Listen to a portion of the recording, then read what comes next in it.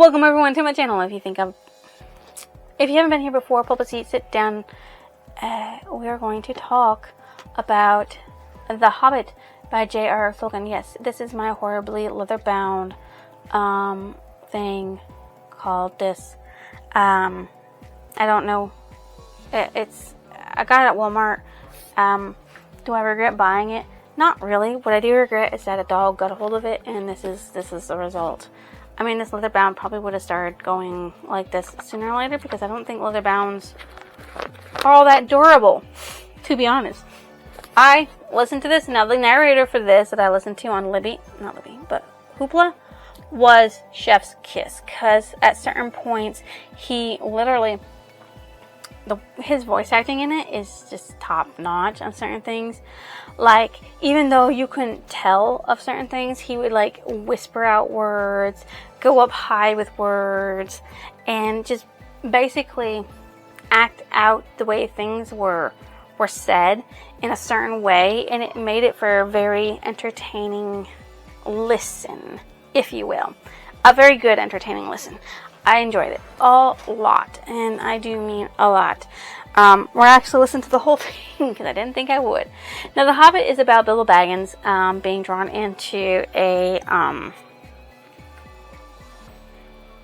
adventure. Do I have the premise? I do not. The Hobbit follows Bilbo Baggins, a comfort-loving hobbit whose quiet life is upended when Gandalf and 13 dwarves enlist him to help reclaim their mountain home from the dragon Smaug. Drawn from Bag End to far-flung forests, caverns, and battlefields, he discovers courage and cunning he never imagined. This was written in 1937.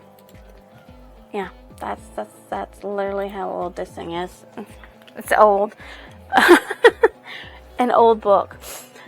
And let me tell you, he does have this adventure. So Gandalf comes, has seasoned Bixits, and of course, the reason why he comes is because his mother was of a different nature, and their family, his mother's side of the family, were all very good adventurers. So he thought Bilbo would be the perfect one for that kind of adventure, right? So that's why he wanted to recruit him to be part of that adventure that the dwarves wanted. And they did say, Gandalf, hey, find us a 14th member, because 14 is a good number, and we need it.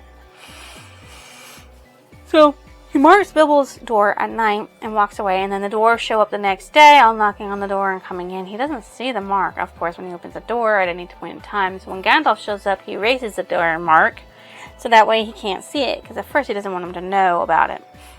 Now the dwarves want him to go on a quest to burglar into a mountain kingdom where the dwarves used to live, where Smaug took over, because that's what dragons do. They hoard treasures, and dwarves hoard treasures too. So that's where that is at that point.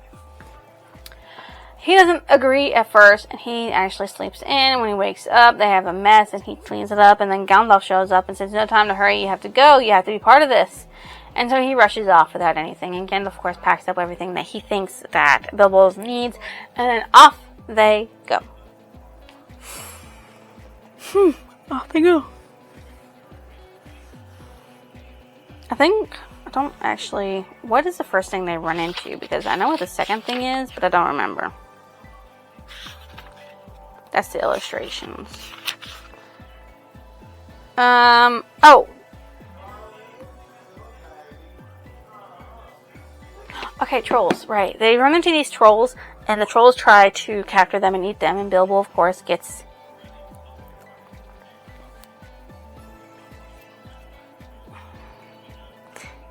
the one-up over them, saving the dwarves.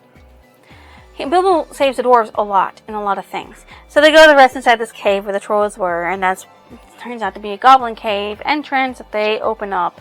And the goblins take the dwarves and capture them, and Bilbo gets knocked out. When Bilbo wakes up, he gets lost, he runs around, and then that's when he finds Gollum. Gollum, of course, wants to eat Bilbo, and so he plays a game with Bilbo, which is a rhyming game of, riddles. So, in the end, Bilbo wins by default because he asks what's in my pocket, because he reaches into his pocket to feel this ring that he found. And then Gollum goes, I'm going to go to my island. I need something. And he's looking for this ring. And this ring is actually the ring of invisibility, which allows him to be invisible and he can go out and do things. He thinks Bilbo might have it in his pocket, so he goes back trying to get to Bilbo. Bilbo runs away. Bilbo accidentally trips, and while his hand is in his pocket, and the ring slips onto his finger, and it turns him invisible. So Gollum goes over him and keeps running after him, and so Bilbo chases after him, saying, hey, he might lead me to the exit, which of course he does, but he sits there and decides to stand guard over it. Bilbo, not wearing the ring anymore, actually slips the ring on, still wearing the ring. Yeah, he's still wearing the ring. He jumps over Gollum, and somehow the ring slips off when he runs through the thing. But Gollum does not chase after him because Gollum does not dare to go near the goblins. This is the same Gollum in Lord of the Rings. Have you seen the Lord of the Rings? It's Gollum. And the reason why everybody calls him Gollum is because the sound he makes in his throat when he talks. He actually says Gollum when he coughs like thing. It's weird. The ring slipped off. The goblins see him. He puts the ring back on, and he avoids them all. And he finally squeezes his way out of the goblin exit, and he finds the dwarves and sneaks up on them and says, "Hey, I'm here." So yay, they're all there. And then they continue their travel. Now they've lost everything: their horses, their supplies, and everything. And Gandalf is like, "I know somebody who can do it." Beorn is his name, and he is respectful, but we have to be very careful around him because he is weird. So they introduce themselves slowly to Beorn during the course of Gandalf retelling this tale, and Beorn decides to help them out with ponies and supplies. And he says, "But I need the ponies back once you get to the forest. Otherwise, bad things will happen." The dwarves, of course, want to keep the ponies, but Gandalf says, "Nope, we can't. We have to do what we need to do," and we send them back. So Gandalf rides back with them. On their trip to the forest, on the nights that they sleep and everything, Bilbo realizes that something is following him. A bear is. That's Beorn, by the way. And so he knows the dangers of keeping them. They go into this forest. Now, Mirkwood is a terrible, dangerous forest, and do not stray off the path. And for the most part, they don't stray off the path.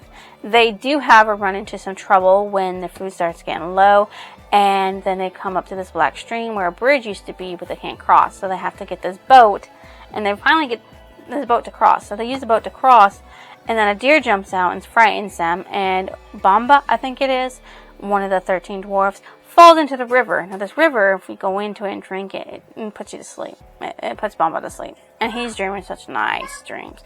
So they carry Bomba, taking turns, dragging him along, and carrying their packs and everything. Bomba does eventually wake up, and they go off the path when they see a light. And this light is where these elves are merrymaking everything, and they jump out, and the elves turn off all the lights and run away, and they're blinded, and they have to find each other. And then the second time they find it, the elves again, Bilbo comes out, and everything happens once again, and Bilbo falls asleep. And when he wakes up the next day,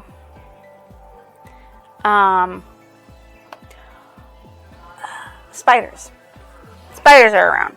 So all the spiders, no, not the spiders. He wakes up, they find each other again. The third time it happens, Thorin jumps out, and same thing happens again. The elves leave, darkness comes along, and it confuses the heck out of all of them, and they all get lost. This time, spiders attack them. Thorin, of course, is asleep on the floor because it weirdly happens that way. And the Bilbo actually gets knocked out, I believe. And Bilbo actually saves them from the spiders, killing spiders, fighting spiders, and releasing them from their web. Now, Thorin got found by elves and brought before the Elven King. And the Elven King tried to wheedle out of Thorin after he woke up what he was doing there and why he was there and everything. Thorin didn't say nothing, so they got captured. Eventually, the other dwarves got captured. Bilbo, wearing his ring, did not get captured. So he follows them to the kingdom, and he wanders around the castle and everything, figuring everything out. And then he makes a plan on how for them to escape, including with Thorin. So he grabs their keys while one of the elves is drunk, opens up all the doors, locks them all up again after the elves are out, and then they get into these barrels to be tossed out. Now, Bilbo, still invisible, does not have himself in his own barrel. So, he has to get help to be put inside his barrel. Well, not to be a barrel. He just needs to figure out how to go with them. And as they're being thrown into the water, Bilbo grabs onto a barrel that's going to be tossed into the water, and he gets splashed in with it too. And they float down the river for a while. Then they get snagged and put together by elves on a raft with men, and they're brought down to the village and not by the lake. Now, Bilbo gets all of them out of the barrels, and 3 of them go to speak to the king of, well, the chief, whatever, of the lake town. And so they're accepted into it, and they're all happy about it, but they're like, yeah, you going to this mountain is not going to be good for you. It's not going to end well. They do go to the mountain. They actually find a way inside. Well, yeah, Bilbo finds a way inside. Bilbo goes inside, steals the cup to prove that he found the treasure. He also stole the Archstone, which is something that Thorin wants. And then Smaug attacks. Smaug tries to get to them, but they get inside and block up the area, and then Smaug goes to attack the town. So they're inside for a couple of days, and then they decide to leave because they have no food, and they go to this hill. Now, we back up a couple of days, and we learn that Smaug was killed by Bard, who is a archer and also the descendant of the king of Dale, which lived beside the mountain which Smaug took over. Smaug now lives dead. Well, yeah, his body lives in the water of the lake. The king, the people moved their village away from that lake because of Smaug's dead body. The raven comes, well, a thrush comes to give them news, but he can't understand anything. So a raven comes, and this raven speaks to him, and he says, you should be wise to share some of your treasure with these people, so that way nothing bad happens. But Thorin does not want to give up any of his treasure. He already has to give up 1/14 of it to Bilbo, and he doesn't want to. So he sits there, and they go back to the mountain, and they block up the only entrance that's left to be blocked up, and they call to have cousins from Dale, from another village, no one's saying Dale, to come and help them protect the place because they're going to be besieged by the humans and the elves who want the gold. Bilbo, during this siege, decides that he can't stand it no more. He sits there and takes the Archstone that he has, and he goes down to the elven human camp and says, here's the Archstone, trade with them, it'll happen. Of course, what happens is that Thorin's pissed off, and he doesn't want to do the trade because the Archstone belongs to him and he wants it back, and he's still unwilling to bend on that issue. Then the goblins attack the mountain, and it's a big ass battle that ensues.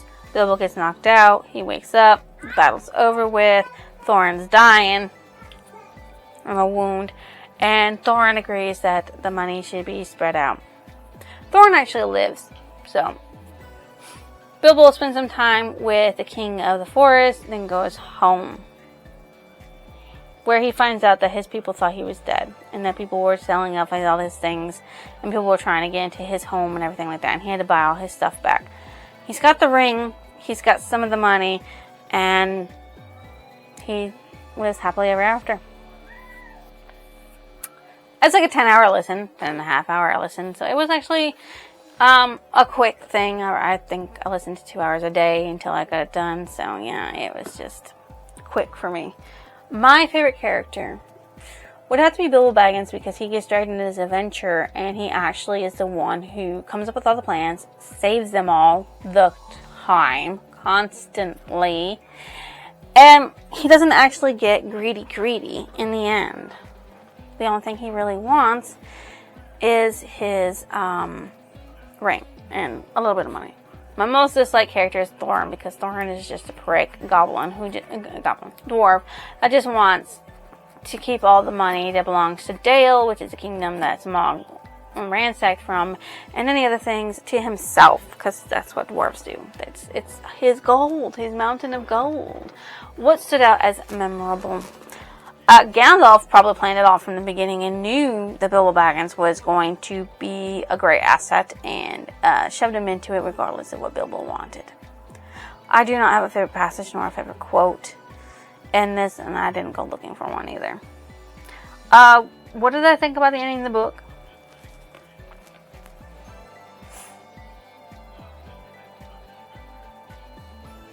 I can see how it's going to lead into the next one. He has the ring, and the ring is very powerful, and it's a ring of invisibility, and he has it. And yeah, I can see that. What book did it remind you of? Any adventure that goes from point A to point D, having to veer off to point B and C, on the way. Just a typical cross country, like the Shadow of the Bone and Crooked Kingdom and all that stuff, things like that, traveling from point A to point B to point C to point D, trying to reach a goal and accomplish something. This book is, of course, part of a series called Middle-earth, I guess. I don't know. There and back again. Lord of the Rings. I don't know. This is a prequel to the Lord of the Rings. That's all I know. That's a 3-book series. Well, technically, it's 1 book split into 3. They're considered parts, so whatever. There you go. I rated this a 3.5. My reasoning is I did enjoy it, but I didn't love it, and I didn't feel no attachment really to any of the characters besides Bilbo Baggins, because he was like the only one who was just like, oh, I don't want to go on this adventure, but I'm going on it anyways, and oh, I don't want to do this, but I'm going to do it anyways. He's like an anti-hero, and I guess that's about literally the only thing that's a draw for the entire series. Book 2 as well. So, if you guys think I deserve a like, comment, or your lovely subscription, why don't you go ahead and drop it down below. I will see you next illusion.